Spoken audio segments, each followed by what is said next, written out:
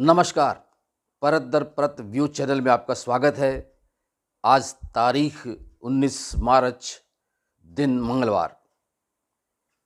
विश्लेषण कार्यक्रम में आज का मुद्दा है हरियाणा में सीएम नायब सैनी के मंत्रिमंडल का हुआ विस्तार। अनिल विज रहे नाराज और आगे अब किस पर गिरेगी गाज। मैं हूं इंद्रमोहन शर्मा। हरियाणा के सीएम नायब सिंह सैनी के मंत्रिमंडल का विस्तार आज हो गया राजभवन में। इससे पहले जब नायब सिंह सैनी मुख्यमंत्री बने थे और शपथ ली थी, तब उनके साथ 5 कैबिनेट मंत्रियों के रूप में शपथ ली गई थी, जिनमें रणजीत सिंह, जेपी दलाल, मूलचंद शर्मा, कंवरपाल गुर्जर और डॉक्टर बनवारी लाल शामिल थे। आज 8 विधायकों को भी शपथ ग्रहण करवाई गई है और उनको मंत्रिमंडल में शामिल किया गया है। उनमें हैं डॉक्टर कमल गुप्ता, जिन्हें कैबिनेट स्तर का मंत्री बनाया गया है, और दूसरे हैं सीमा त्रिखा, जिन्हें राज्य मंत्री के रूप में शपथ दिलवाई गई हैं। तीसरे हैं महिपाल ढांडा, वो भी राज्य मंत्री के रूप में शपथ ग्रहण करवाई गई हैं। असीम गोयल, उन्हें भी राज्य मंत्री के रूप में शपथ ग्रहण करवाई गई। अभय सिंह यादव, उन्हें भी राज्य मंत्री के रूप में शपथ ग्रहण करवाई गई। सुभाष सुधा, उन्हें भी राज्य मंत्री के रूप में शपथ ग्रहण करवाई गई। विशंबर वाल्मीकि और संजय सिंह, इनको भी राज्य मंत्री के रूप में शपथ ग्रहण करवाई गई है। और इस विस्तार के साथ ही नायब सैनी के मंत्रिमंडल का जो एक कोटा होता है मंत्रियों का, वो भी पूरा हो गया है। अब बड़ा सवाल ये है कि इस मंत्रिमंडल से क्या सब कुछ ठीक नजर आ रहा है। अनिल विज, जो कि गृह मंत्री थे, कैबिनेट स्तर के मंत्री थे, वो इस विस्तार समारोह में नहीं आए। क्यों हैं अनिल विज नाराज? और राव इंद्रजीत भी नाराज बताए गए हैं। इसके अलावा अब सवाल ये भी उठता है कि अनिल विज नाराज क्यों हैं और उनकी नाराजगी क्या बीजेपी को कमजोर करेगी या अनिल विज खुद कमजोर साबित होंगे? यह भी एक बहुत बड़ा सवाल है। आपको बता दें कि जब हरियाणा के मुख्यमंत्री रहे मनोहर लाल खट्टर ने अपने पद से इस्तीफा दिया, तो उससे पहले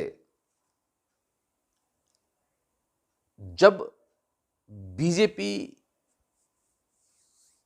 की मंत्रियों की बैठक हो रही थी, विधायकों की बैठक हो रही थी, उसमें विधायक दल का नेता चुनना था, तो उसमें नायब सिंह सैनी का नाम आ गया था और उनको मुख्यमंत्री बनाने का नाम प्रस्तावित हो गया था। उस मीटिंग में अनिल विज भी थे, लेकिन जैसे ही नायब सिंह का नाम प्रस्तावित हुआ तो अनिल विज नाराज हो गए और मीटिंग से उठकर बाहर निकल आए और अंबाला चले गए। तब से लेकर अब तक अनिल विज नाराज बताए गए हैं। हालांकि अनिल विज की नाराजगी ने अभी तक हरियाणा में बीजेपी पर कोई असर नहीं डाला है। अनिल विज नाराज भी हैं और अपनी नाराजगी भी सही तरीके से नहीं जता पा रहे हैं। वो क्या चाहते हैं कहते हैं कि वो बीजेपी के कार्यकर्ता हैं, बीजेपी के नेता हैं और बीजेपी के लिए ही सदा काम करते रहेंगे। लेकिन सवाल ये उठता है कि बीजेपी हाईकमान ने अनिल विज को नाराज क्यों होने दिया, और अगर नाराज हुए भी तो उनको मनाया क्यों नहीं गया। अनिल विज खुद कहते हैं कि उनको न तो मंत्रिमंडल के विस्तार की सूचना है और न ही कोई उनको मनाने के लिए आया है। तो ऐसे में क्या अनिल विज बीजेपी में रहेंगे? क्या बीजेपी उनको बर्दाश्त करती रहेगी? यह भविष्य के गर्भ में है। उधर अहिरवाल क्षेत्र के राव इंद्रजीत भी खफा खफा से नजर आते हैं, और अब तो वो और भी खफा हो गए हैं क्योंकि ओपी यादव जो मंत्रिमंडल में शामिल थे मनोहर लाल के 2 में, उनको इस बार मंत्री बनाया ही नहीं गया है। उनकी जगह अभय यादव को राज्य मंत्री बना दिया गया है। तो ऐसे में क्या राव इंद्रजीत बीजेपी को आगे बढ़ाएंगे या पीछे करेंगे?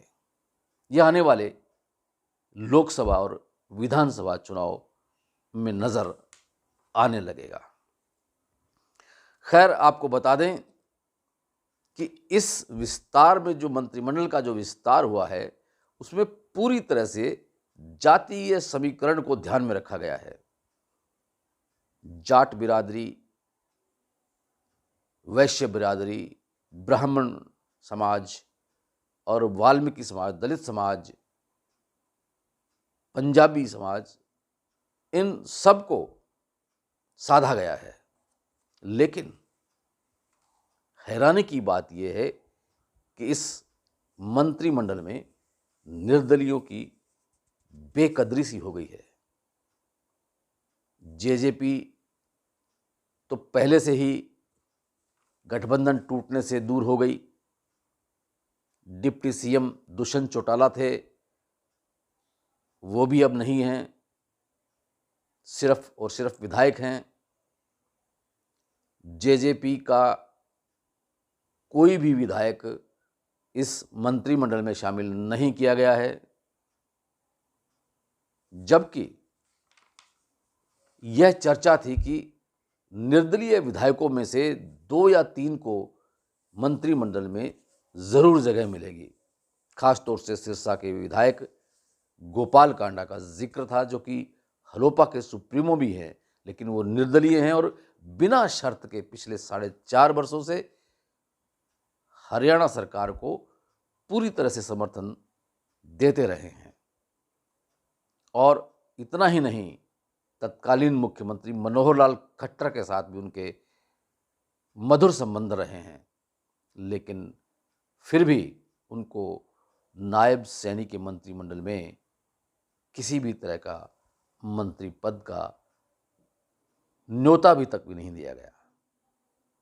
इसी तरह से अन्य निर्दलियों की भी बेकदरी हुई है। अब सवाल ये उठता है कि क्या ये निर्दलीय आने वाले लोकसभा और विधानसभा चुनाव में क्या बीजेपी का समर्थन करेंगे? हालांकि एक निर्दलीय जो कि रणजीत सिंह हैं, वो अवश्य इस मंत्रिमंडल में दूसरी बार शामिल हो गए हैं और कैबिनेट स्तर के मंत्री बनाए गए हैं।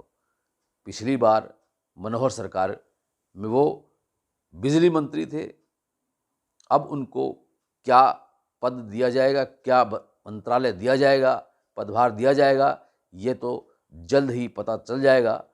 लेकिन इसके पीछे भी बीजेपी ने बहुत बड़ी सियासत की है, क्योंकि दुष्यंत चौटाला जो डिप्टी सीएम थे, वो भी चौटाला परिवार के हैं और रणजीत सिंह भी चौटाला परिवार से ही हैं, क्योंकि वो चौधरी देवीलाल के बेटे हैं।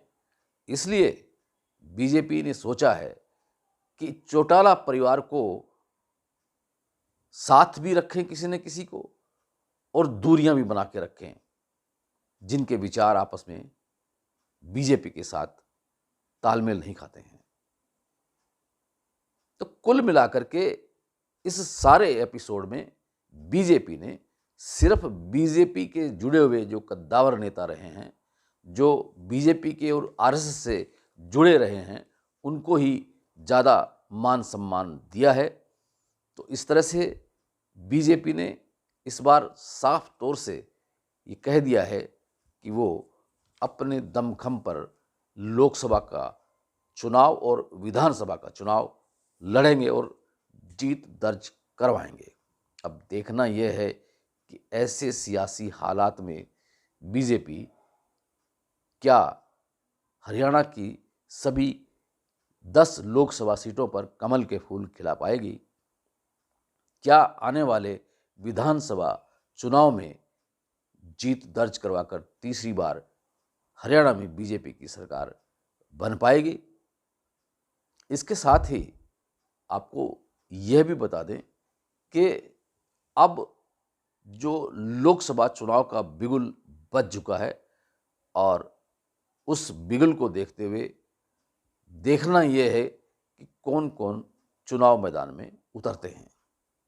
हालांकि बीजेपी ने सिरसा लोकसभा क्षेत्र से डॉक्टर अशोक तंवर को उम्मीदवार बनाया है, जो कि आम आदमी पार्टी को छोड़कर बीजेपी में शामिल हुए थे। उससे पहले वो टीएमसी में शामिल हुए थे, उससे पहले वो अपना फ्रंट बनाए थे और सबसे पहले वो कांग्रेस में ही थे।